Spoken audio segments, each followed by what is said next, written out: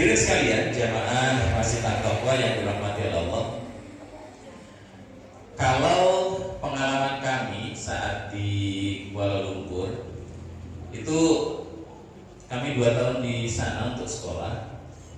Kami biasa itu di tepi-tepi jalan atau kemudian ada leaflet-leaflet yang kemudian dibagi-bagikan. Itu pengumuman di tepi jalan atau pengumuman di masjid-masjid atau kemudian leaflet yang dibagi di tepi jalan, itu leafletnya adalah tawaran dan juga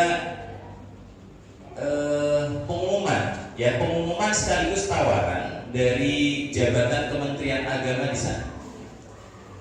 Yang isinya adalah bahwa semua pasangan yang mau menikah itu wajib untuk belajar fikih munakahat. Ada kelasnya yang menyelenggarakan itu dari jabatan keagamaan sana, gitu ya. Provinsi sana masing-masing lah, kalau kita mengistilahkannya provinsi, negara bagian sana itu ada program dan memang wajib. Nggak boleh ada orang yang mau menikah kok nggak ikut training fikih munakahat dulu, itu nggak boleh. Kemudian ada biayanya, gitu ya, ada biayanya. Biayanya itu 50 ringgit. Jadi mereka ingin memastikan, pemerintah sana terutama jabatan keagamaannya itu ingin memastikan bahwa tidak ada satupun pasangan yang menikah tanpa belajar dulu fikih munakahat. Dan pembelajarannya memang termasuk ringkas ya, menyampaikan hal-hal yang pokok-pokok, yang inti-inti. Pra pernikahan itu harus apa saja yang dilakukan, disiapkan. Kemudian ketika pernikahan itu juga harus apa saja yang dilakukan. Dan kemudian dalam tanda petik pasca pernikahan, ya, pasca pernikahan itu misalnya kalau terjadi talak gitu. Kalau terjadi talak itu nanti prosedur talak bagaimana, konsekuensinya bagaimana. Nah, kami memang menemukan, saya sendiri menemukan di antara kenalan-kenalan kami atau kemudian kami didatangi oleh orang-orang, pasangan-pasangan yang kemudian minta butuh bantuan atau solusi atau pertanyaan tentang pernikahan itu. Kami melihat memang kebanyakan dari yang datang itu mereka belum memiliki persiapan yang matang tentang ilmu dalam mengarungi bahtera pernikahan. Itu biasanya seperti itu. Termasuk barusan itu ada cerita sampai ke saya, ada kisah sampai ke saya tentang seorang lelaki dan seorang perempuan. Ceritanya si lelaki ini dengan si perempuan ini mereka menikah, menjadi suami istri yang sah, ya, jadi suami istri yang sah. Kemudian mereka cerai. Kemudian mereka setelah cerai rujuk lagi. Kemudian cerai lagi. Kemudian cerai lagi. Kemudian ya CLBK lagi, cinta lama bersemi kembali. Kemudian rujuk lagi. Kemudian setelah itu cerai lagi. Kemudian rujuk lagi. Berarti kan sudah 3 kali cerai. Kemudian mau rujuk yang ketiga, kan nggak boleh. Ini nanti kami akan lebih rinci aturannya setelah ini. Cuma kami menyampaikan, pasangan ini paham bahwa kalau sudah 3 kali cerai itu nggak bisa langsung rujuk lagi, nggak bisa kawin lagi gitu. Harus si perempuan itu menikah dulu dengan lelaki lain. Nah, kemudian ternyata si perempuan ini cerai lagi dengan si suami yang baru itu. Nah, lalu kemudian CLBK dengan suami yang pertama, mantan suami pertama. Kemudian akhirnya mereka, nah ini yang jadi problem. Kemudian mereka tinggal bersama, ya seperti sepasang suami istri tinggal bersama di rumah yang sama. Kemudian sebisa mungkin si suami dalam tanda petik ketika si lelaki bertanggung jawab kepada sang perempuan, demikian sang perempuan mengabdi lebih kepada sang laki-laki gitu. Keluar rumah kadang boncengan motor terlihat mesra gitu. Yang kemudian jadi pertanyaan adalah yang kemudian tadi disampaikan dan kemudian jadi pertanyaan adalah ternyata si lelaki dan perempuan ini yang merupakan pasangan dahulu gitu kan ya, kemudian cerai 3 kali, kemudian sekarang bersama lagi itu ternyata tidak ada akad nikah untuk yang terakhir ini, sehingga kemudian sudah beberapa tahun terakhir mereka tinggal bersama. Terlihat kemudian si lelaki melaksanakan semua kewajibannya ke perempuan, si perempuan melaksanakannya kewajibannya ke lelaki. Nah, jadi pertanyaan, ini bagaimana ini? Ini bagaimana ini statusnya? Paham ya maksudnya ya, paham pertanyaannya? Dan itu sudah berlangsung selama beberapa tahun lah, mungkin ada sekitar 2 tahunan, 3 tahun. Ini baru saja, baru mungkin sekitar 1 jam atau 1,5 jam yang lalu kami mendapat cerita ini. Kalau sebelumnya, beberapa waktu yang lalu saat kami mengisi kajian di Masjid PLTU Cilacap ya, PLTU Cilacap itu ada di Cilacap, ada beberapa PLTU di kota itu. Saya selesai mengisi kajian, saat saya selesai mengisi kajian, itu kemudian ada seorang lelaki jamaah yang mendekati saya, mendekati kami ya. Kemudian dia menyampaikan, terlihat secara penampilan luar itu terlihat dia tampilannya Islami gitu. Ada jenggot ya, dahi terlihat agak kehitaman gitu. Celana agak naik sedikit gitu ya di atas mata kaki. Kemudian dia sampaikan sebuah pertanyaan begini, Ustaz, saya berapa waktu yang lalu itu kebetulan di rumah mertua ya, di rumah mertua itu mengadakan ulang tahun pernikahan, mengadakan si orang tua. Jadi dia kan lelaki ya, punya istri lah, mertuanya itu mengadakan ulang tahun pernikahan. Kan beberapa orang kaya kan kadang melakukan aktivitas ulang tahun pernikahan. Ternyata dari situ kemudian saya melihat angka tahun pernikahannya dibandingkan dengan angka usia istri saya, itu kok lebih banyakkan usia istri saya ketimbang angka ulang tahun pernikahannya. Paham maksudnya? Artinya istri saya itu ternyata adalah anak si lelaki dan perempuan yang melakukan ulang tahun pernikahan, cuma sudah punya anak yakni istri saya sebelum mereka menikah. Paham ya maksudnya? Jadi udah nyelekin duluan gitu. Udah punya anak duluan sebelum menikah.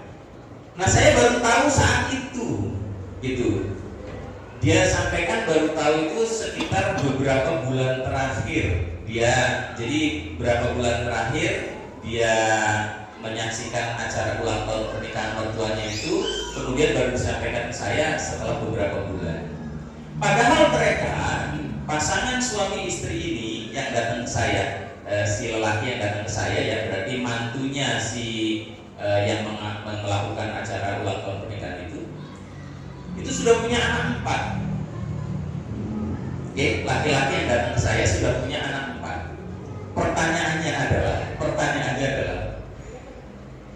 saya dengan istri saya itu suami istri yang sah atau bukan? Karena dulu saat kami menikah, yang menikahkan kami adalah si lelaki tadi.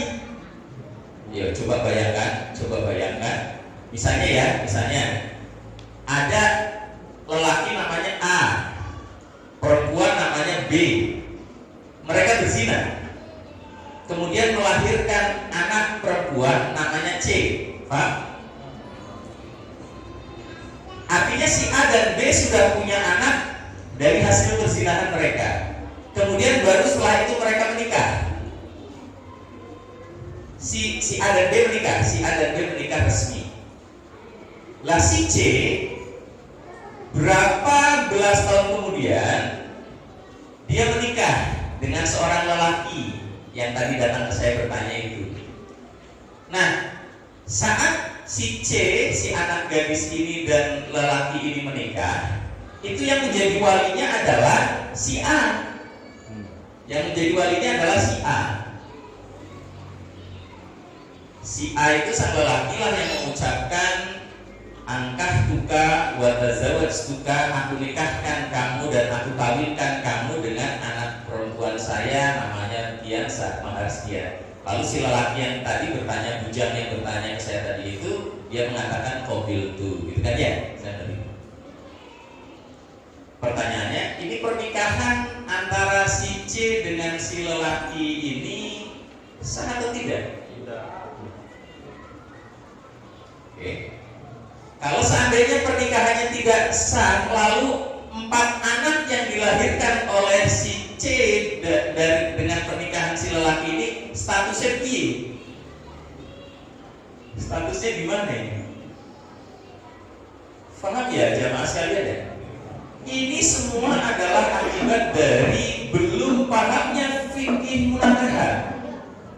Wes, yang kasihan itu berarti apanya ya? Cucu ya? Cucu. Itu bukan hanya anaknya yang kemudian terdampak, cucunya itu terdampak itu.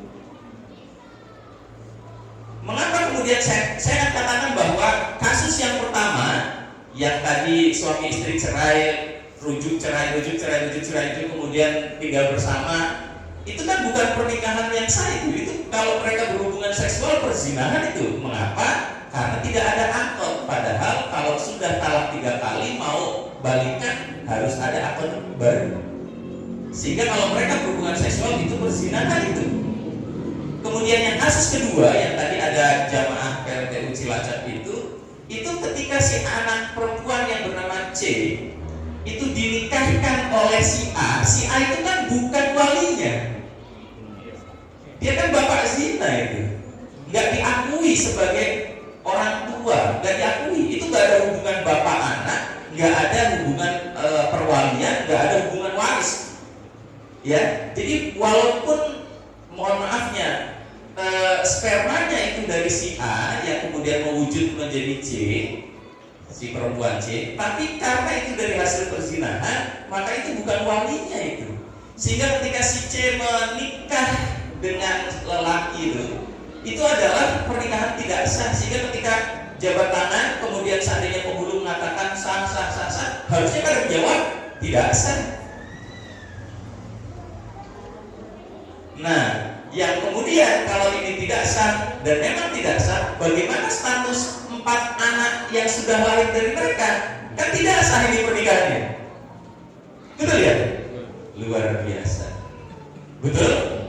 Luar biasa. Dan semua dalam tanda petik sepele, gara-gara saat mau melakukan pernikahan enggak belajar dulu bagaimana hukum pernikahan.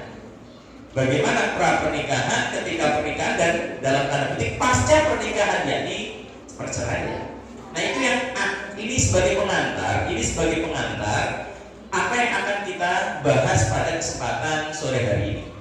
Bisa jadi waktunya memang tidak cukup ya, karena saya akan membahas secara ringkas gitu. Tetapi saya tadi sudah menggambarkan betapa pentingnya mempelajari ilmu tentang fikih munakahat sebelum Anda nikah. Sebentar. Di sini banyak yang belum nikah.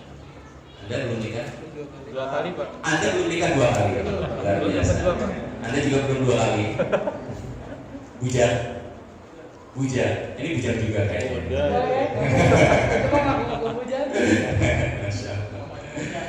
Baik. Kita bahas dari mulai pra pernikahan. Pra pernikahan itu saya ingin menyampaikan dulu sebagai garis besar bahwa Allah itu menyampaikan di dalam Al-Quran tentang laki-laki perempuan itu memang sengaja Allah ciptakan dari yang sama rasnya gitu. Maksudnya sama-sama manusia gitu ya. Allah menyampaikan khalaqu lakum min anfusikum azwajan. Allah itu telah menciptakan dari kalian sendiri, dari bangsa kalian sendiri, yakni bangsa manusia, azwajan, pasangan hidup kalian. Kenapa demikian? Litaskunu ilaiha, agar kalian merasa sakinah dengannya, agar kalian merasa tentram dengannya. Wa ja'ala bainakum, dan Allah kemudian menjadikan untuk kalian mawaddah wa rahmah, mawaddah dan rahmah. Yang ini sering kita dengar, sakinah, mawaddah wa rahmah, itu dari ayat ini yang tadi oleh MC dikatakan samara, ya, kajian samara. Sekali lagi saya ingin menyampaikan ayat tadi. Allah telah menciptakan bagi kalian wahai manusia pasangan yang berasal dari bangsa kalian sendiri. Karena itu mohon jangan menikah dengan bangsa lain, ya. Kan ada itu yang menikah dengan bangsa jin, betul ya? Jangan. Itu gak bakal sakinah gitu. Karena Allah menyampaikan kenapa diberikan pasangan dari bangsa yang sama, dari ras yang sama, litaskunu ilaiha, agar kalian bisa sakinah dengannya, bisa tentram ayem dengannya. Orang-orang sekarang lebih gila lagi. Kalau orang Indonesia tadi, ya, orang Indonesia kuno itu kan ada yang nikah dengan bangsa dari jin gitu kan, ya. Nah, kalau orang modern sekarang yang katanya melek teknologi, yang katanya modern, itu malah nikahnya itu ngapunten, ada yang menikah dengan mayit. Iya, mereka kebetulan sudah apa istilahnya tunangan, kemudian keburu meninggal duluan. Lihat dari berita-berita itu, ya. Kemudian sang perempuan meninggal duluan, lalu kemudian sang lelaki kemudian minta izin untuk menikah dengan si mayit tadi. Gimana itu? Itu udah bukan bangsa kita lagi. Kemudian ada lagi yang unik lagi, menikah dengan boneka. Pernah mendengar beritanya? Di Jepang itu banyak itu, menikah dengan boneka. Ada yang menikah dengan anjing. Nah, itu nggak akan bakal menemukan sakinah, nggak akan menemukan sakinah. Kemudian Allah menyampaikan dalam ayat tadi, Allah membuat pasangan jodoh dari bangsa kalian sendiri untuk kalian bisa tentram dengannya, dan Allah menjadikan bagi kalian mawaddah. Mawaddah itu dari kata wadda yawuddu, itu salah satu asma Allah itu kan al-wadud, amat sangat cinta. Jadi mawaddah itu cinta menggebu-gebu, dijadikan untuk kalian rasa sakinah, ketentraman, kemudian cinta yang menggebu-gebu, warahmah, dan kasih sayang.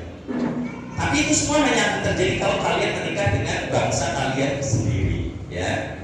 Baik, ini saya ingin menyampaikan kunci yang ingin Allah sampaikan. Pernikahan itu akan membentuk sakinah, mawaddah, warahmah. Di dalam ayat yang lain, surah An-Nisa, Allah menyampaikan awalannya mirip, kemudian saya potong di bagian akhir, wa batha minhuma rijalan katsiran wa nisaa. Allah membuat kalian itu punya pasangan dari bangsa kalian sendiri, itu agar kemudian Allah menyebarkan, mengembangbiakan rijalan katsiran wa nisaa, banyak sekali laki-laki dan banyak sekali perempuan lagi. Maksudnya apa? Tujuan pernikahan adalah untuk melanjutkan regenerasi keturunan. Paham ya? Sehingga kira-kira kalau seandainya menikahnya itu tadi tuh dengan mayit, kira-kira tujuan pernikahan tercapai gak? Menikah dengan boneka, tujuan pernikahan tercapai tidak? Tidak. Menikah dengan hewan, tujuan pernikahan terjadi tidak? Tidak. Menikah dengan sesama jenis, laki-laki sama laki-laki, perempuan sama perempuan, kira-kira tujuan pernikahan tercapai tidak? Tidak. Nah, ini yang saya ingin sampaikan di bagian awal. Yang saya kemudian buat kunci, buat kalimat bahwa jamaah sekalian, kita itu dalam pernikahan akan bisa mendapatkan sakinah, mawaddah, warahmah, dan mencapai tujuan pernikahan itu kalau kita mematuhi, mentaati aturan Allah dalam pernikahan. Saya ulang, kita hanya akan mendapatkan sakinah mawaddah warahmah dan kita akan bisa mencapai tujuan pernikahan itu kalau kita ikuti aturan-aturan Allah terkait dengan pernikahan. Yang artinya kalau seandainya kita nggak ngikutin aturan-aturan Allah tentang pernikahan, nggak bakal tercapai yang namanya sakinah, mawaddah, warahmah dan juga tujuan dari pernikahan itu sendiri. Nggak bakal tercapai. Sehingga siap-siap saja kalau seandainya kita melanggar aturan-aturan Allah mengenai pernikahan, baik sebelum pernikahan ataupun ketika pernikahan ataupun pasca pernikahan, siap-siaplah kita nggak akan mendapatkan sakinah, mawaddah, warahmah dan tidak akan tercapai tujuan pernikahan. Ini perlu saya tekankan ini. Karena itu menjadi sebuah hal penting bagi kita untuk mempelajari aturan-aturan fikih munakahat. Ini saya perlu ingatkan di bagian awal. Baik, kita masuk ke pra pernikahannya nih, pra pernikahannya. Dulu saat sebelum menikah ngapain ya, Pak Jenengan? Sebelum menikah dengan wanita yang sekarang jadi istri itu dulu ngapain ya? Masa lalu ya. Masa lalu, masya Allah. Baik.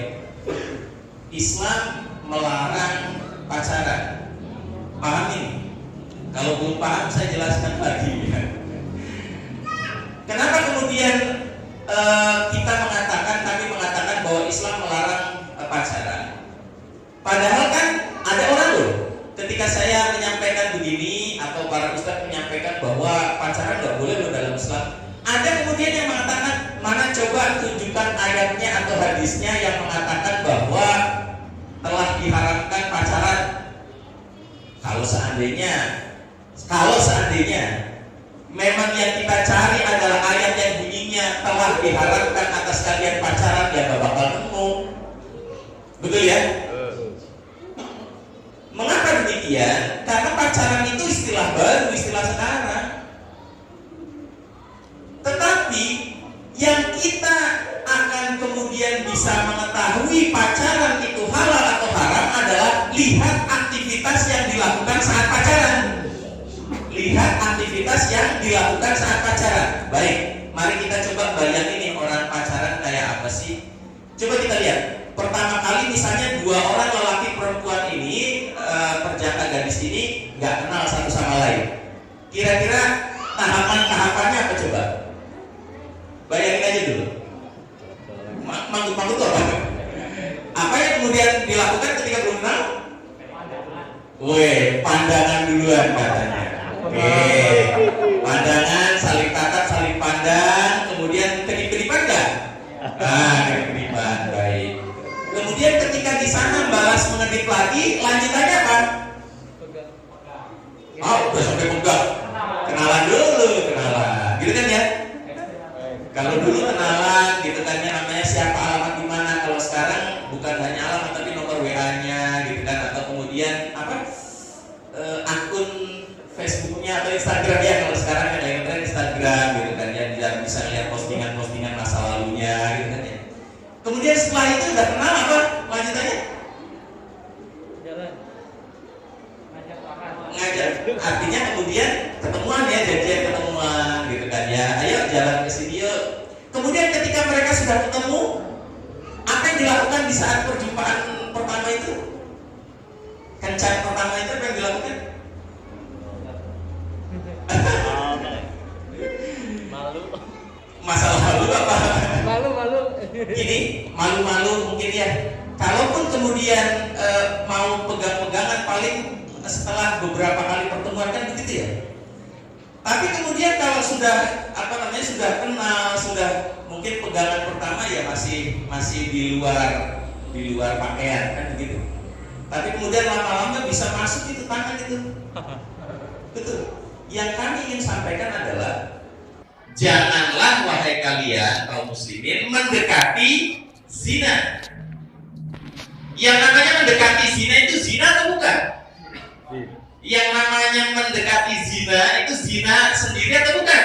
Bukan. Mendekati zinanya yang dilarang oleh Allah di bagian awal ayat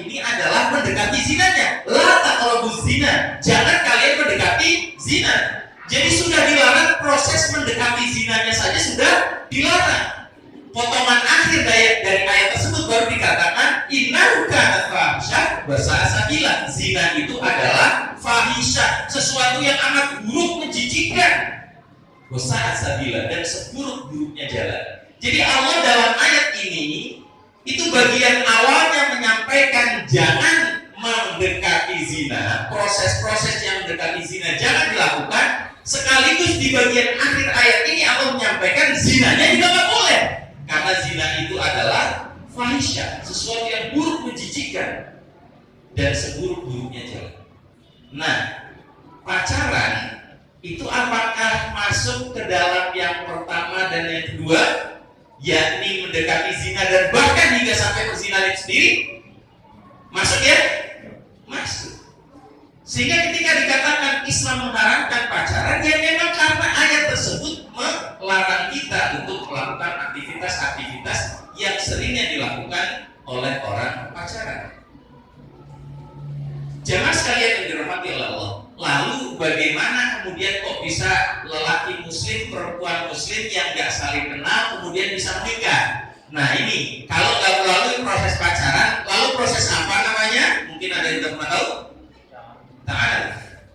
Pertanyaannya kemudian, proses untuk menuju atau melakukan ta'aruf hingga kemudian sampai pernikahan urutannya bagaimana sih? Teman-teman sekalian, ketika seorang hendak menikahi, seorang lelaki hendak menikahi seorang perempuan, itu ada hal yang harus dia lakukan, yakni meminang, yang dalam bahasa Arabnya fikihnya disebut mengkhitbah. Lelaki meminang sang perempuan, mengkhitbah. Pinangan ini itu disampaikan oleh si lelaki kepada walinya si perempuan. Ini yang disebut dengan khitbah. Si lelaki meminang, mengkhitbah kepada walinya si perempuan. Kemudian setelah aktivitas mengkhitbah itu kan akan misalnya diterima khitbah atau lamaran itu kan ada jarak tuh antara waktu peminangan tersebut hingga sampai waktu pernikahan, kan ada waktu tuh, ada jeda tuh ya. Nah di masa-masa inilah kemudian si lelaki dan perempuan itu melakukan ta'aruf. Saya ulang prosesnya, si lelaki meminang dulu ke walinya si gadis ini, si perempuan ini. Setelah dipinang, itu kan kemudian ngobrol tuh, kapan akan dinikahi kalau diterima ya, kapan kemudian akan pernikahan. Oh, 6 bulan dari sekarang misalnya. Lah maka selama waktu 6 bulan tersebut, itulah di sana masa si lelaki dan perempuan melakukan ta'aruf, saling mengenal satu sama lain. Baik. Kemudian cara ta'aruf bagaimana? Selama masa ta'aruf itu si lelaki dan perempuan ini sudah suami istri bukan? Bukan. Karena bukan suami istri, boleh berdua-duaan enggak? Enggak boleh. Berdua-duaan berkhawat itu enggak boleh. La yakhluwana ahadukum bi imra'atin. Kamu sekalian, salah seorang di antara kalian wahai para lelaki, enggak boleh berkhawat dengan seorang perempuan illa wa ma'ahadu mahramin laha. Kecuali bersama si perempuan ini ada mahramnya. Artinya ketika hendak melakukan ta'aruf si lelaki dan perempuan yang ingin menikah ini, maka harus didampingi oleh mahramnya si perempuan. Yang namanya mahram itu selalu lelaki. Yang namanya mahram bagi perempuan ya, bagi perempuan yang namanya mahram itu selalu lelaki. Entah itu bapaknya, entah itu abangnya, entah itu adiknya yang sudah balik, pamannya, keponakannya yang sudah balik, itu semua adalah mahramnya. Jadi nggak boleh berdua-duaan, nggak boleh berdua-duaan. Itu kalau jumpa langsung. Zaman sekarang kan bisa jadi ngobrolnya pakai video call, pakai medsos atau video call gitu. Nah ini bagaimana? Rasulullah pernah menyampaikan dalam banyak hadis yang kemudian disarikan oleh para ulama dengan sebuah kalimat, kita adalah kalfito, tulisan itu seperti ucapan. Panduan dari Rasulullah ini menunjukkan bahwa yang namanya WA, SMS, email itu kan kitabah ya, tulisan ya. Hukumnya itu sama seperti khitob. Hukumnya sama seperti ngobrol langsung. Artinya apa? Memang kalau lewat WA, SMS, email nggak perlu didampingi oleh mahram kan? Kan nggak berdua-duaan mereka dalam suatu tempat. Mereka kan sedang ngobrol tuh. Tetapi ingat, bahan yang diobrolkan itu apa? Sehingga kalau misalnya nih, saya tanya dulu, kalau misalnya saya ketemu dengan seorang perempuan, saya tidak berhormat, tidak berdua-duaan, tapi mungkin saya di sini berdua dengan si perempuan bukan mahram itu, kemudian di sana ada orang banyak gitu kan ya, kan saya tidak berhormat nih. Kemudian saya ngobrol dengan dia, boleh nggak di dunia nyata ini saya ngobrol dengan si perempuan tadi temanya tema pornografi, sesuatu yang menyerempet seksualitas, boleh nggak? Boleh nggak? Nggak boleh. Keperluan Anda apa? Ta'aruf masa ngomongin seksualitas? Enggak lah, ta'aruf nanti bincangnya sesuatu yang nanti saya sampaikan selanjutnya. Apa saja diobrolkan dalam ta'aruf. Cuma yang ingin saya sampaikan, demikian pula saat Anda mengetik dalam WA, SMS, email, nggak boleh kemudian temanya tema yang berbau seksualitas. Kan banyak tadi, contohnya dari video call ya. Video call itu kira-kira boleh nggak kalau seandainya si perempuannya itu tidak menutup auratnya, boleh nggak? Nggak boleh. Karena sekali lagi tulisan kan berarti nggak langsung ya, tulisan kan kayak surat di zaman dulu, tulisan itu tidak langsung, tapi dalam Islam itu nilainya sama seperti khitob, sama seperti ngobrol langsung, sehingga apa-apa yang dilarang saat ngobrol langsung dilarang pula saat dalam chattingan, email dan lain-lain. Ini hati-hati nih. Jangan sampai kemudian ada orang yang pemuda yang kemudian dia sedang ta'aruf tapi ngobrolnya ngobrol porno gitu kan ya, nggak boleh. Atau kemudian kan banyak tuh kalau di Facebook atau beberapa aplikasi katanya tuh ada seperti itu, video call tapi ternyata nggak menutup aurat. Baik, ini aturan bagaimana berta'aruf, yakni kalau jumpa langsung harus dengan mahram si perempuan ini. Sedangkan kalau melalui media komunikasi, WA dan seterusnya, harap dijaga tema omongannya. Nah sekarang kita bahas saat ta'aruf tuh, baik saat jumpa langsung maupun kemudian saat melalui apa istilahnya ya pesan messenger atau bahasa Indonesia-nya ya. Kalau sosmed kan kadang WA tidak disebut sosmed, SMS tidak disebut sosmed ya. Apa istilahnya? Chatting. Iya, chatting ya, aplikasi pesan ya. Baik. Apa saja yang kemudian dibincangkan? Rasulullah pernah menyampaikan waktu itu ada salah seorang sahabat Rasul yang namanya Jabir bin Abdullah. Itu beliau ingin menikah. Kemudian Rasulullah menyampaikan tentang apa saja yang kemudian harus Jabir lakukan saat masa setelah meminang hingga sampai ke pernikahan. Yang Rasulullah pesankan adalah intinya, cari apa-apa yang bisa membuatmu segera menikahi dia, atau cari apa-apa yang bisa segera membuatmu tidak jadi menikahi dia. Itu yang kemudian harus dicari, diobrolkan saat sedang ta'aruf. Cari pada dirinya apa-apa yang bisa menyegerakan kamu menikahinya, atau yang kamu meninggalkannya. Maksud saya, di antara kita masing-masing tentu ada sesuatu yang kita inginkan dari pasangan kita kelak, atau kemudian yang kita tidak inginkan dari pasangan kita kelak. Yang itu benar-benar kita nggak sukai, kalau seandainya itu terdapat pada dirinya, itu kita nggak sukai. Yang kalau itu ada pada diri wanita tersebut, udah mungkin batal aja lah pernikahannya. Pahami? Kira-kira yang jenengan tidak suka kalau ada dalam wanita itu, jenengan langsung tolak, nggak jadi nikah, apa? Makan jengkol. Makan jengkol misalnya.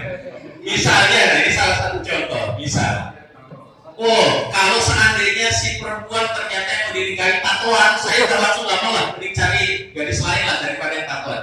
Baik tatoan, apapun motifnya tatonya ya. Kalau tato putih-putih itu, panu maksudnya. Guyon. Baik, betul ada itu. Ada kemudian orang-orang yang seperti itu. Maka tanyakan hal itu. Apa-apa yang Anda yang bisa mempercepat Anda segera menikahinya atau membatalkan pernikahan dengannya. Misalnya Anda nggak suka seorang wanita perokok, tanyakan kepada dia. Wahai siapalah namanya gitu ya, D misalnya, kamu perokok bukan? Kalau dia jawab, iya saya perokok. Ya sudah deh, maaf deh gitu kan ya, kita nggak lanjut lagi. Udah langsung saja. Demikian pula, maaf deh, maaf sekali. Anda punya tato tidak? Misalnya tadi ya, dengan mengatakan. Maka kalau dia menjawab, iya ada tato gitu kan ya, sendok garpu di bagian kiri misalnya gitu kan ya, atau gambar sendok garpu gitu. Nah itu kemudian, ya sudah deh, saya nggak mau dengan yang tatoan gitu ya. Misalnya dia bertahan dengan tato tersebut. Atau tadi, Dek, saya itu nggak suka kalau seandainya, saya paling nggak suka dengan orang yang mulutnya bau jengkol. Kamu suka makan jengkol tidak gitu kan ya? Wow, itu kedoyanan saya gitu. Aduh deh, maaf deh, ampun, maaf deh, gitu. Atau kemudian mungkin ada di antara panjenengan yang tidur malamnya itu mudah terjaga kalau seandainya ada orang yang dengkur, atau nggak bisa tidur kalau ada yang dengkur. Nah itu tanyakan. Ini pertanyaannya baik dari si lelaki ke perempuan atau sebaliknya ya. Si perempuan bertanya, Mas Anda merokok enggak? Ya, Mas Anda tatoan tidak? Itu seperti. Nah demikian pula tanyakan. Nah punten, Anda kalau tidur ngorok atau tidak? Oh saya ngorok itu kata keluarga saya ngorok. Aduh, ngoroknya keras atau enggak? Katanya sih keras gitu. Udah deh maaf deh nggak jadi. Serius, itu Rasul menyampaikan demikian. Demikian pula cari hal-hal yang bisa membuat Anda segera menikahi dia, menjadi ngebet sekali untuk segera menikah dengannya. Nah itulah yang dicari saat sedang ta'aruf. Gitu.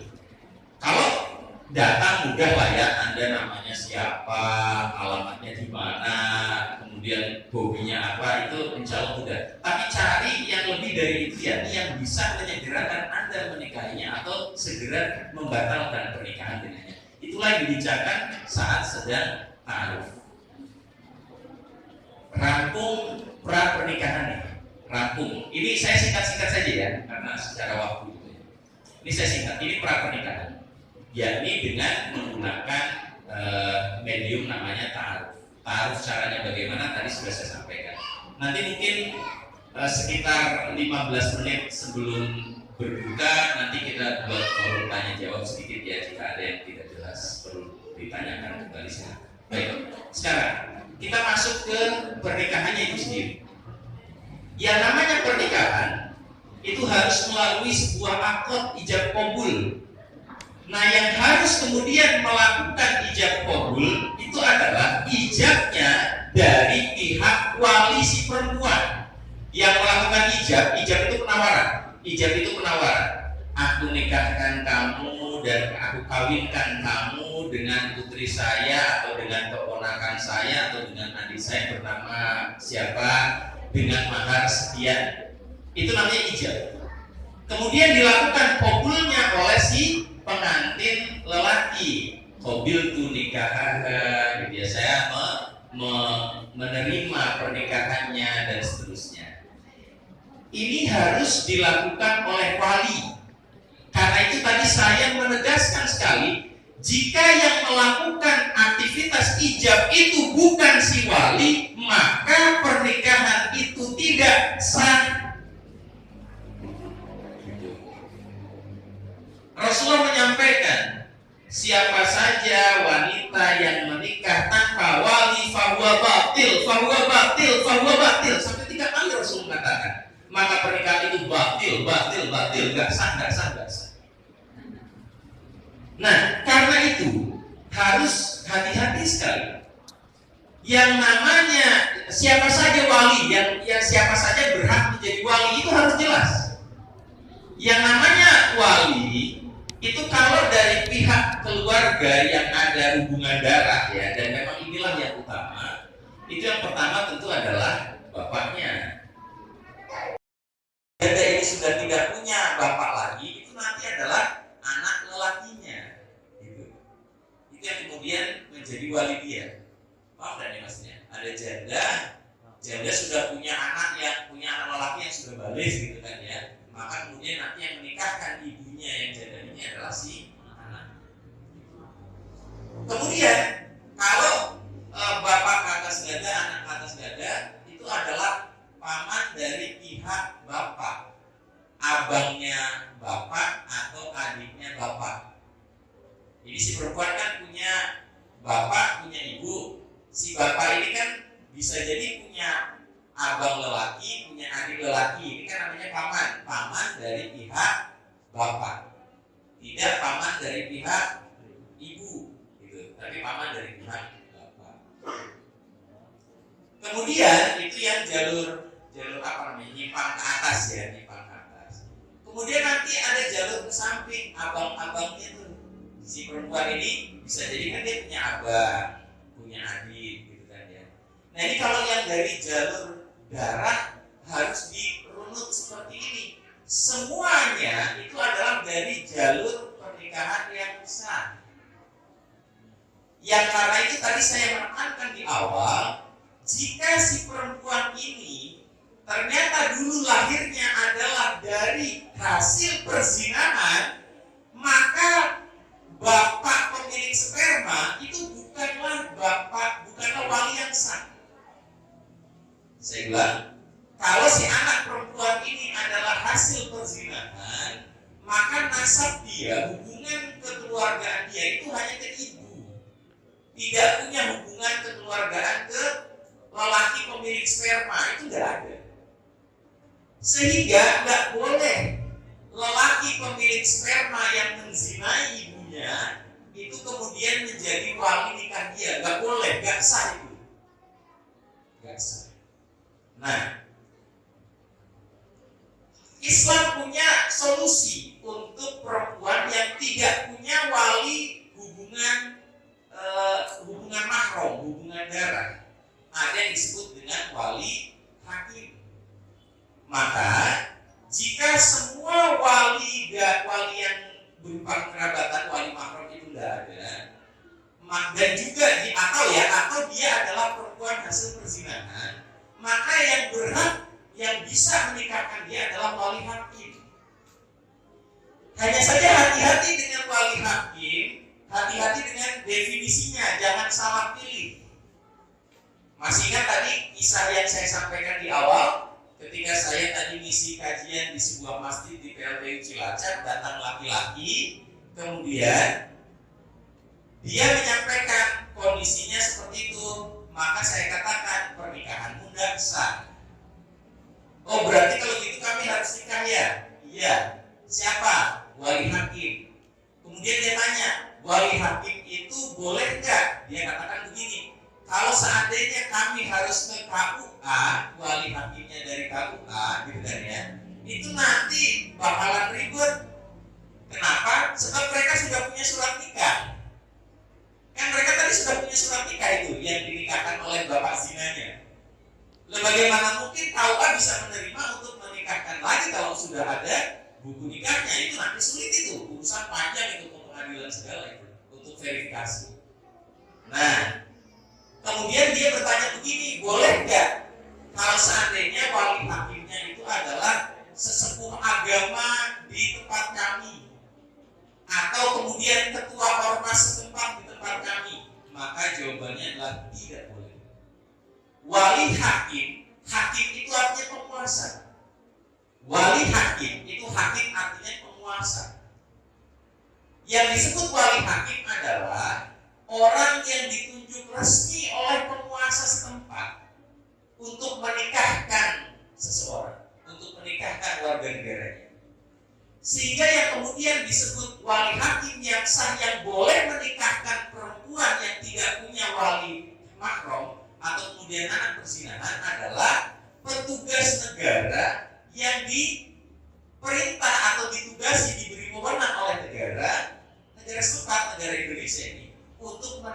warga negara yang biasanya kalau di sini kan disebut dengan kantor urusan agama atau dulu yang ada di kantor urusan agama.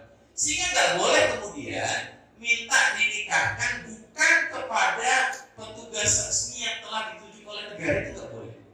Entah itu tokoh masyarakat setempat, tokoh agama setempat, kiai atau kemudian ketua ormas gitu kan ya, nggak boleh. Paham di sini? Karena itu bukan wali hakim. Jadi pilihan untuk boleh menikahkan seorang perempuan adalah wali mahram yang tadi sudah saya sebutkan siapa saja. Dan kalau dia nggak punya wali mahram atau dia adalah anak zina, anak hasil zina, yang menikahkan hanya boleh wali hakim, yakni petugas resmi yang diangkat oleh negara. Ingat, hakim itu artinya penguasa, wali hakim berarti walinya penguasa. Nah, karena itu hati-hati nih, beberapa hal yang tadi saya sampaikan contoh di awal itu dua contoh pernikahan yang tidak sah karena akad ijab qabulnya tidak sah. Kemudian saya ingin membahas tentang ijab qabulnya sendiri. Ijab qabul itu ada beberapa aturannya. Yang pertama adalah harus dilakukan di satu majelis. Kalau beda majelis nggak sah. Apa yang dimaksud dengan beda majelis? Majelis itu bisa dari sisi tempat, bisa dari sisi waktu. Ya, majelis itu bisa dari sisi tempat, bisa dari sisi waktu. Yang pertama adalah kesamaan majelis. Kemudian yang kedua adalah harus langsung ijab dengan qabul, itu harus langsung, tidak diselangi oleh aktivitas lain, nggak boleh.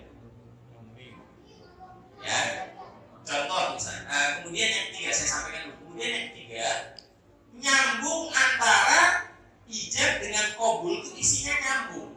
Nah, ya, tiga hal ini saya rinci. Bisa jadi kan begini nih, bisa jadi begini. Kalau misalnya si lelaki itu kemudian jabat tangan tuh dengan si pengantin lelaki itu jabat tangan dengan si wali. Saya nikahkan kamu, saya kawinkan kamu dengan putri saya yang bernama Fatimah, gitu kan ya, dengan mahar sejumlah sekian tunai.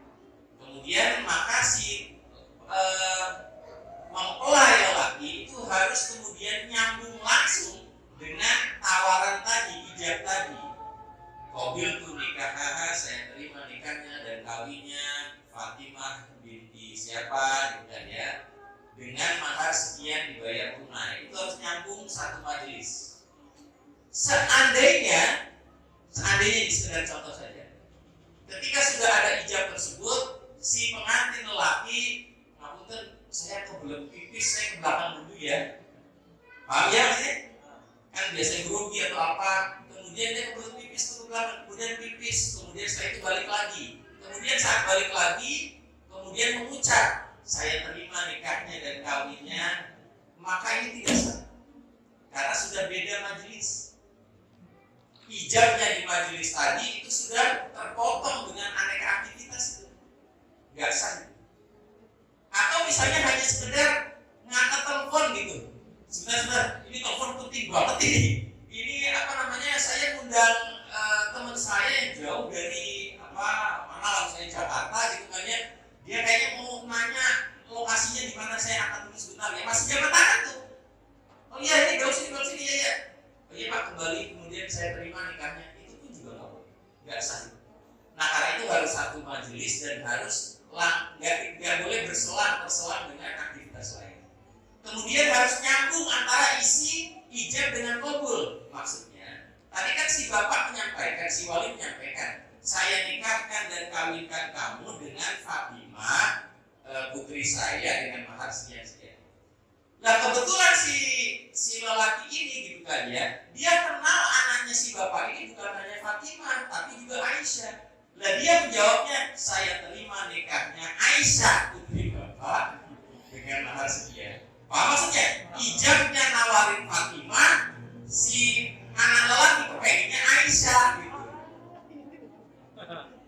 Berarti dia nikah dengan Fatimah atau nikah dengan Aisyah? Tidak, dua-dua. Itu batal demi hukum gitu. Paham ya? Nah ini ketidaksesuaian nggak boleh. Ini ijab harus seperti ini. Kemudian harus ada pula dalam pernikahan itu yang namanya saksi. Jadi harus ada wali, tadi sudah kita bahas, dan kemudian harus ada dua orang saksi. Kalau tidak ada dua orang saksi, pernikahan tidak sah. Sedangkan yang namanya mahar itu tadi ininya ya, rukun dari syarat nikah itu halal tadi ya, wali saksi. Sedangkan mahar itu bukan bagian darinya. Mahar itu sesuatu yang lain. Mahar itu adalah kewajiban yang harus dilakukan oleh suami kepada istri. Mahar itu adalah kewajiban yang harus dilakukan suami kepada istri. Itulah mengapa mahar itu tidak tunai, tidak langsung diberi di lokasi, sebab dia bukan termasuk rukun, bukan termasuk syarat pernikahan. Dia boleh utang. Cuma nanti yang unik hati-hati. Misalnya si istri kan, misalnya si calon istri ditanya, tentang mahar. Mahar itu yang tentukan siapa? Mahar itu yang tentukan adalah si pengantin perempuan. Si pengantin perempuan itu minta apa sebagai maharnya, maka itu yang kemudian dipenuhi oleh si lelaki. Itu sebelum terjadi akad ijab qabul itu si perempuan sudah ngomong dulu seharusnya ya. Maharnya minta apa? Minta apa? Rumah dan seisinya. Mau rumah baby nggak apa-apa ya? Rumah dan seisinya gitu. Nah, maka kemudian si lelaki ketika memang dia mengatakan dia memang merasa mampu, baik saya akan penuhi. Tapi kalau si lelaki itu merasa tidak mampu, dia bisa melakukan tawar-menawar gitu. Sebagaimana tadi saya sampaikan, kamu minta mahar apa nih? Rumah dan seisinya. Aduh, kalau rumah dan seisinya belum mampu. Bagaimana kalau rumah bergi dan seisinya? Kok dia bilang, dia udah apa-apa mas gitu kan ya. Ya sudah, maka diberinya rumah bergi dan seisinya. Nah, tetapi kalau si perempuan itu tetap memaksa untuk mahar tertentu, maka kalau si lelaki itu mampu penuhi. Kalau lelaki nggak mampu, maka nggak bisa menikah gitu. Lebih baik bukan lebih baik, memang nggak, jangan lakukan pernikahan itu. Anda tidak bisa memenuhi mahar itu kok. Ingat, mahar itu adalah kewajiban yang harus dilakukan suami kepada istri, ya. Dan penentu mahar itu adalah pihak pengantin perempuan. Karena itulah Rasulullah menyampaikan dalam sebuah hadis, sebaik-baiknya perempuan adalah yang paling murah maharnya. Karena yang menentukan adalah si perempuan. Di dalam Quran disampaikan bahwa penentu mahar itu perempuan, sampai-sampai pernah suatu ketika di Madinah di masa kepemimpinan Khalifah Umar bin Khattab, perempuan pada jual mahal. Jadi mereka cukup masang tarif tinggi, mahar yang tinggi untuk bisa dinikahi. Banyak kemudian pemuda-pemuda di Madinah kala itu pada mengeluh karena nggak mampu untuk memenuhi mahar. Akhirnya mereka nggak bisa mewakili perempuan-perempuan Madinah tadi. Maka mereka melapor kepada Khalifah Umar bin Khattab. Khalifah, penguasa tertinggi kaum muslimin ya, itu adalah tempat mengadu masyarakat. Maka kemudian Umar menyampaikan kepada masyarakat, dibikin pengumuman tuh. Isi pengumumannya adalah dipatok mahar paling tinggi haruslah sekian. Jadi oleh Umar sebagai penguasa, beliau merasa bahwa bisa boleh mematok sesuatu termasuk mahar yang diminta oleh para wanita. Nah, begitu Umar mematok harga tertinggi mahar, banyak wanita balas memprotes Umar. Salah satunya adalah mengatakan, wahai Umar, apakah engkau tidak membaca di dalam Al-Quran bahwa yang namanya mahar itu haknya perempuan yang harus dipenuhi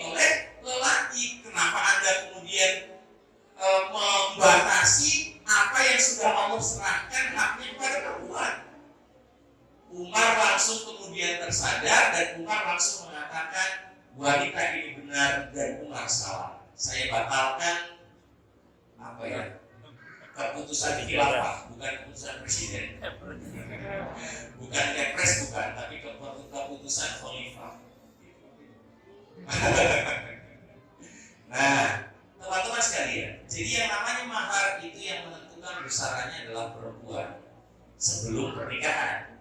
Anda sebagai lelaki kok merasa mampu penuh itu, Anda merasa tidak mampu, tawar. Kalau dia nggak mau ditawar, cari perempuan lain yang maharnya itu murah. Sebaik-baik perempuan, kata Rasulullah, adalah yang paling murah, paling ringan mahar. Nah, tapi tadi saya tekankan, mahar itu bukan rukun, bukan syarat. Artinya apa? Boleh utang, boleh tidak diberikan saat sedang ijab kabul pernikahan. Cuma nanti yang ada resiko tersendiri kalau mahar utang tuh. Ada resiko tersendiri saat maharnya utang. Resikonya apa? Ada dua pendapat ulama nih. Yakni pendapat yang pertama tuh, selama mahar belum diberikan oleh si suami kepada sang istri, maka nggak boleh hubungan seksual. Harus bayar dulu. Jadi kemudian kalau si lelaki, si suami ngajakin, kita hubungan seksual yuk, langsung si istri nagih, mas maharnya mana dulu sih? Kalau maharnya udah dikasih saya, barulah boleh sini. Ini pendapat ulama ada yang seperti ini. Pendapat yang kedua ada tetap membolehkan hubungan seksual, hanya saja harus segera ditunaikan setelah hubungan seksual itu terjadi. Si lelaki, si suami itu harus segera membayar mahar yang dulu telah disampaikan. Harus segera, nggak boleh ditunda-tunda. Jadi perbedaannya di situ. Nah, konsekuensi mahar kalau utang seperti itu. Karena itu sebaik mungkin jangan utang maharnya. Karena ingat ya, tujuan pernikahan apa tadi? Tujuan pernikahan di awal saya sudah sampaikan, melanjutkan, meregenerasi keturunan. Nah, kalau kemudian nikah nggak boleh hubungan seksual di arak ngomong, nah ngapain itu kemudian? Pegang-pegangan, ya nggak utang, cuma pegang-pegangan aja. Sudah halal kok, tuh ya. Baik, ini di masa awal pernikahan. Ini awal masa pernikahan saja sudah mau jam 5:30. Baik, saya sampaikan 5 menit lagi ya. Kemudian teman-teman sekalian, semasa pernikahan ada hak-hak suami yang harus dipenuhi perempuan sang istri. Ada hak-hak istri yang harus kemudian dipenuhi oleh sang suami. Artinya hak suami adalah kewajiban istri sama dengan kewajiban istri, dan hak istri adalah kewajiban suami. Hak suami alias kewajiban istri itu ada beberapa. Yang jelas itu adalah melayani sang suami. Ya, hak suami alias kewajiban istri adalah melayani sang suami. Kemudian yang kedua, taat kepada suami.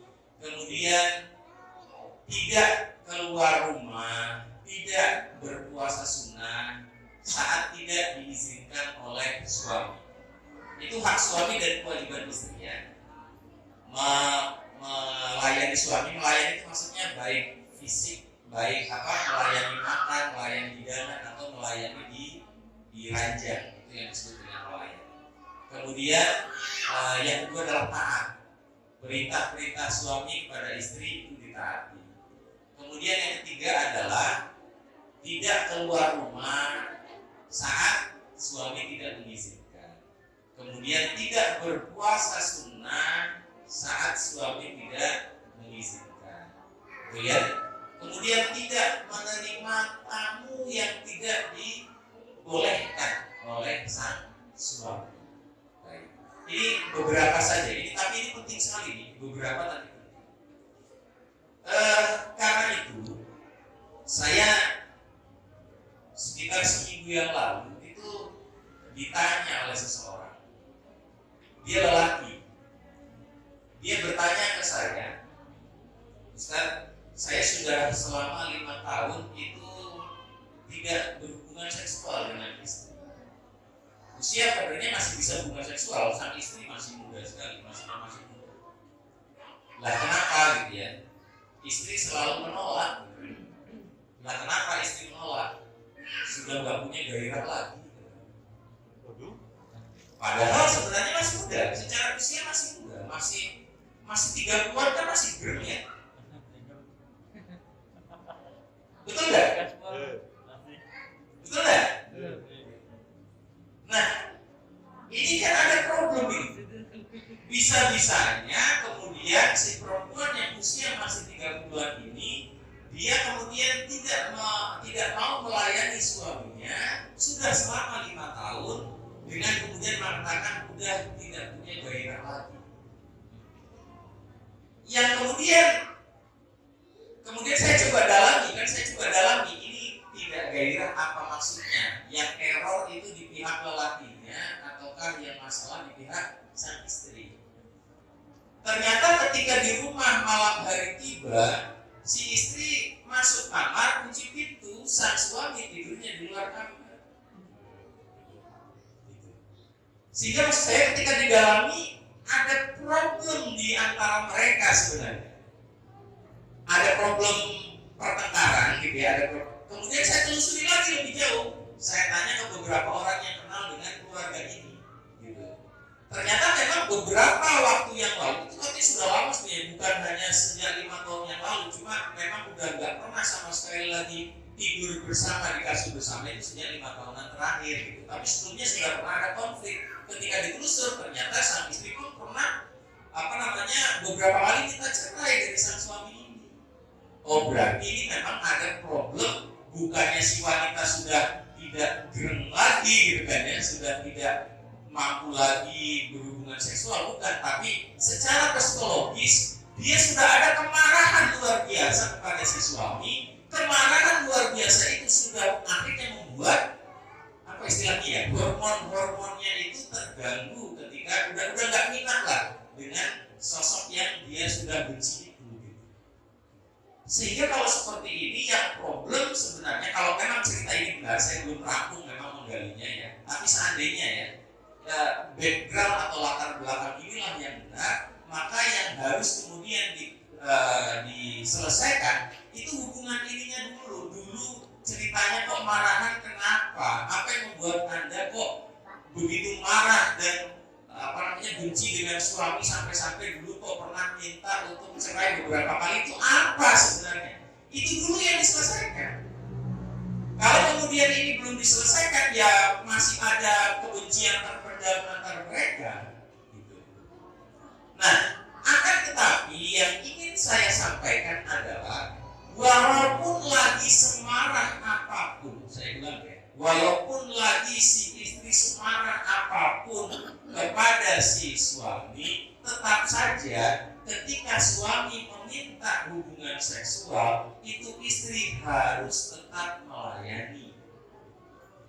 Dalam banyak hadis Rasul menyampaikan, hadis yang pertama misalnya, perempuan mana saja yang dia ketika diajak suaminya untuk tidur bersama, dia menolak, maka malaikat melaknatnya semalaman itu hingga pagi. Yang melaknat malaikat loh.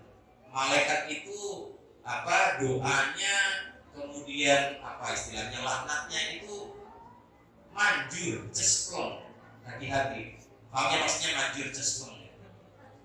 Kemudian dalam hadis yang lain Rasulullah menyampaikan, sekalipun si perempuan sang istri gitu kan ya, itu sedang bekerja atau sedang, bahkan kalimatnya sedang naik kendaraan gitu kan ya, kalau sang suami itu ngajak ke kamar untuk hubungan seksual, maka si istri harus melayaninya. Sekalipun dia sedang masak, sedang lagi naik kendaraan, harus tutup dulu masakan itu, harus turun dulu kendaraan, kemudian layani suami di kamar.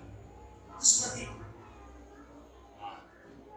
Bahkan kemudian Rasul pernah menyampaikan dalam sebuah hadis, andai saya boleh, ini Rasulullah mengandaikan, andai saya boleh memerintahkan seorang manusia untuk beribadah kepada manusia lainnya, maka saya akan memerintahkan seorang istri untuk beribadah kepada suami.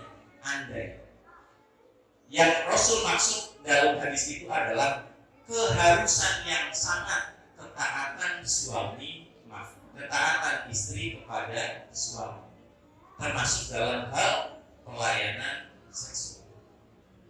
Nah, ini penting sekali nih. Kalau kemudian nanti ditanyakan apa sih hikmah di balik itu, hikmahnya banyak. Mungkin di sini para lelaki bisa memahami. Kalau seandainya lagi birahi tinggi, wis mundruk kayak bayi bubuk gitu, bubuk gitu kan, misalnya gitu kan ya.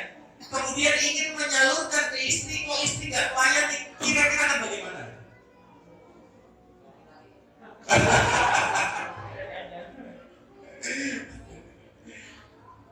Paham ya maksudnya ya? Lagi birahi tinggi, wis mundruk kayak bayi bubuk gitu, bubuk. Kemudian ngajak istri untuk hubungan seksual, kok istrinya nggak mau, menolak. Itu bahaya. Serius, karena itu wajar saja Rasul menyampaikan wanita ini akan dilaknat semalaman itu oleh para malaikat. Itu wajar saja. Baik, ini adalah kewajiban istri alias suami. Kemudian sebaliknya, kewajiban suami yang merupakan hak istri itu adalah nafkah.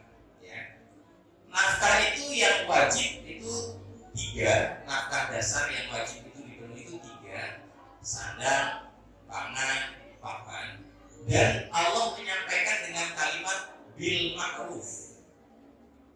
Bil ma'ruf. Kemudian yang kedua itu juga adalah nafkah batin, nafkah kemesraan. Tidak hanya hubungan seksual, termasuk juga hubungan seksual, tapi tidak hanya hubungan seksual, tapi kemesraan. Itu pun juga Allah menyampaikan bil ma'ruf. Jadi dalam sebuah ayat Allah menyampaikan wa 'alal mauludi lahu rizquhunna wa kiswatuhunna bil ma'ruf. Kewajiban seorang suami adalah memberikan kepada istri pangan, kemudian pakaian kepada istri bil ma'ruf. Kemudian untuk yang hubungan seksual dan hubungan kemesraan, Allah menyampaikan wabashiruhunna bil ma'ruf. Pergaulilah para istri kalian itu bil ma'ruf. Apa maksud dari bil ma'ruf? Hati-hati. Bil ma'ruf itu bukan minimalis. Bil ma'ruf itu bukan artinya minimalis. Contoh begini. Sandang, pangan, papan. Pangannya dulu lah. Pangan kan seandainya kita ngasih kepada istri beras, paham yang maksudnya beras, itu kan sudah pangan kan? Lah kalau kita cuma ngasih beras saja kepada istri tiap bulan, itu nggak ma'ruf. Cuma kemudian dikasih makan beras saja, tidak kemudian ada pendampingnya lah, entah itu sayurnya, entah itu apanya. Itu kalau cuma ngasih beras saja itu nggak ma'ruf itu. Itu kayak ngasih ayam atau bebek gitu, nggak boleh. Itu nggak ma'ruf itu. Yang disebut dengan ma'ruf itu adalah yang sesuai kewajaran di lokasi tempat tinggal. Itulah yang namanya ma'ruf.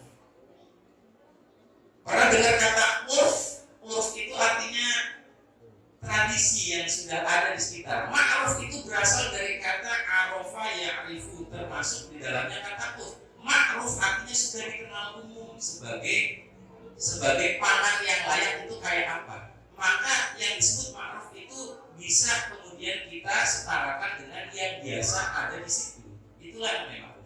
Demikian pula pakaian. Pakaian itu memang bisa jadi yang lusuh, yang tambelan, itu juga bisa, tapi nggak ma'ruf. Gitu. Bahkan Allah menyampaikan di dalam ayat yang lain, tentang kadar untuk memberikan nafkah, kadar untuk memberikan sandang, pangan, gitu ya. Itu seberapa Allah menyampaikan orang-orang yang diberikan harta yang banyak dia harus menginfakkan, menafkahkan zusa'ati sesuai dengan kekayaan. Jadi orang yang levelnya kaya harus memberikan nafkah sesuai dengan level kekayaannya. Wa'alladzi, sedangkan kepada orang-orang yang sedang disempitkan rizkinya oleh Allah, falyunfik, maka dia juga harus menafkahkan kepada istrinya mimma atahullah, sesuai dengan apa yang Allah berikan kepadanya. Artinya misalnya begini, ketika level pendapatan kita sebulan baru 500.000 misalnya, maka kita harus memberi nafkah kepada istri sesuai dengan level 500.000. Jangan lebih rendah, jangan lebih tinggi dengan utang, jangan hidup dengan utang. Ketika kok Allah memberikan kemampuan kepada kita pada waktu berikutnya sehingga level pendapatan kita naik jadi 1 juta, maka yang sebelumnya mungkin cuma makannya nasi, tempe, sambal, nasi, kerupuk, sambal kayak gitu ya, dalam saat level 500.000 pendapatan, saat naik 1 juta nggak boleh hanya sekedar nasi, kerupuk, sambal lagi, nggak boleh, harus dinaikkan levelnya, tambah telur kayak gitu, walaupun seminggu sekali misalnya. Kemudian pendapatan kita naik level 3 juta sebulan, harus naik juga levelnya, tambah kayak ikan gitu kan ya, tambah buah-buahan seperti itu. Karena Allah menyampaikan orang yang diberi usaha, diberi kekayaan yang banyak, harus kemudian dia memberi nafkah sesuai dengan kemampuannya yang tinggi itu.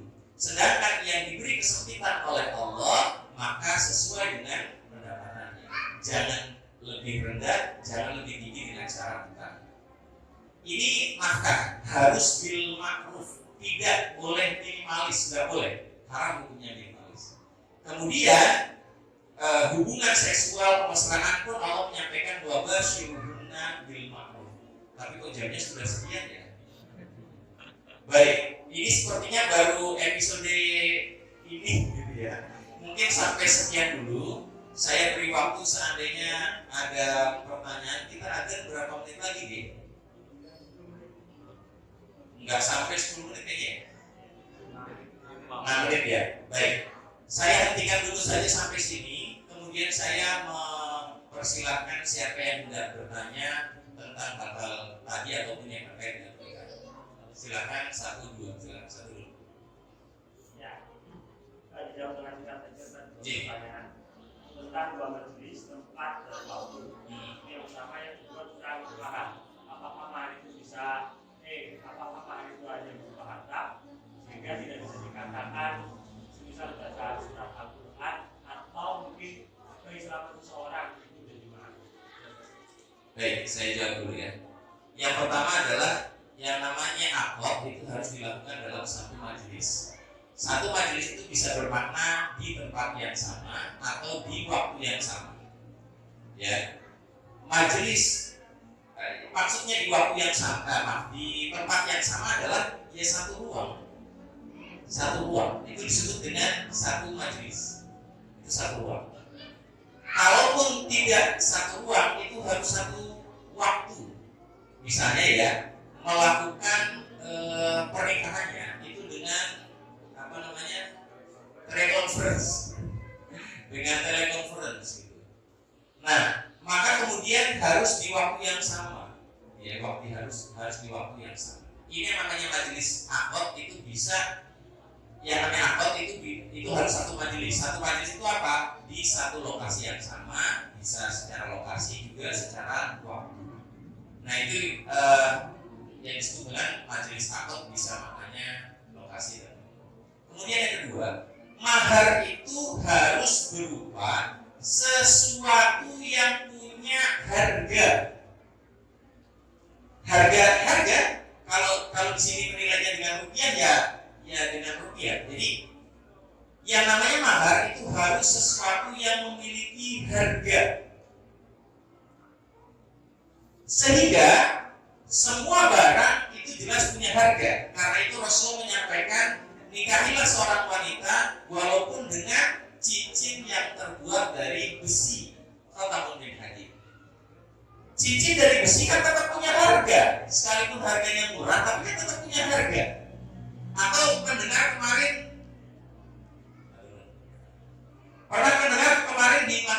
sih yang nikahnya maharnya sandal jepit, pernah ya? Nah itu pun juga punya harga kan, walaupun cuma sandal jepit berapa sih, 7.000 ya? Nah, NTT ya, bukan Sulawesi ya. Baik.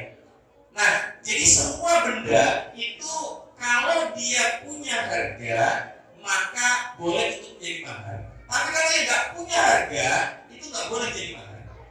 Nah, pertanyaan kemudian, bagaimana kalau bukan benda? Bagaimana kalau bukan benda? Maka jawabannya boleh yang bukan benda, asalkan dia punya harga. Yang contohnya adalah Rasulullah pernah menyampaikan ketika ada seorang lelaki ingin menikah, kemudian Rasulullah bertanya, kamu punya apa untuk menikahi perempuan ini? Saya nggak punya harta, saya orang miskin. Coba cari cincin dari Busilah, nggak apa-apa. Nggak nemu juga ternyata dia, nggak punya memang. Maka kemudian kalau begitu kamu punya hafalan surat Al-Quran apa saja? Kemudian sang lelaki mengatakan hafalan ini, hafalan ini, hafalan ini. Kemudian Rasulullah menyampaikan, aku nikahkan kamu dengan Al-Quran yang ada padamu tadi. Jamaah sekalian yang dirahmati oleh Allah, maksud Rasulullah itu bukan ayat tadi, surat tadi kemudian dibacakan di majelis akad, bukan, sebagaimana bukan. Yang dimaksud oleh Rasul adalah mengajarkan surat-surat yang tadi si lelaki itu sudah hafal kepada si pengantin perempuan diberikan. Mengajar, yang namanya mengajar kan punya nilai harga kan? Betul ya? Panjenengan tahu kan ada orang-orang sekolah di MTS atau MAN atau kemudian di pondok gitu ya, mereka sekolah atau kuliah di IAIN, diajar ilmu tafsir Quran, bayar kan ya ke sana ya. Sehingga mengajar Al-Quran itu punya harga. Nah karena itu yang sah untuk kemudian menjadi mahar itu bukan, kan sekarang lagi ngetren tuh anak-anak muda milenial itu kalau nikah kemudian maharnya apa? Membacakan surah Ar-Rahman. Gak boleh itu, gak sah. Membacakan saja itu tidak punya nilai harga, harus harga. Nah, mengapa demikian? Ini disampaikan panjang lebar oleh para ulama di dalam kitab-kitab fikih. Nah, yang saya ingin sampaikan bahwa karena itu membacakan surat untuk mahar itu tidak boleh. Yang boleh adalah sebagaimana Rasul sampaikan, mengajarkan isi hafalan Al-Quran. Mengajar itu mulai dari cara membacanya, kemudian memperbaiki tajwidnya, kemudian menyampaikan tafsirnya. Itulah yang dimaksud dengan menjadikan ayat-ayat atau surat-surat tadi sebagai mahar. Demikian ya jawaban saya. Keislaman seseorang pun tidak punya nilai harga, harus yang punya nilai harga. Saya mau menikah denganmu wahai laki-laki, tapi mahar yang kuinginkan adalah kamu masuk Islam. Itu nggak bisa itu nggak punya nilai harga. Masuknya seseorang ke dalam Islam itu tidak punya nilai harga, sehingga tidak boleh menjadi mahar. Ya. Baik, masih ada waktu kita? Oh sudah habis? Baik, berarti nanti saya jawab. Baik, jamaah sekalian yang dirahmati oleh Allah, ternyata waktu yang juga memisahkan kita. Mohon maaf sekali jika memang saya tidak mampu untuk menyampaikan secara keseluruhan materi tentang fikih muamalah pada kesempatan kali ini. Mungkin di lain waktu kita diberi kesempatan untuk bisa berjumpa kembali dan melanjutkan. Terima kasih jazakumullahu khairan katsira atas semua perhatiannya. Moga-moga apa yang kita lakukan pada kesempatan sore hari ini bisa bermanfaat, menambah ilmu kita dan menambah amal saleh kita. Kita akhiri dengan sama-sama membaca hamdalah dan doa kafaratul majelis. Dari saya terima kasih.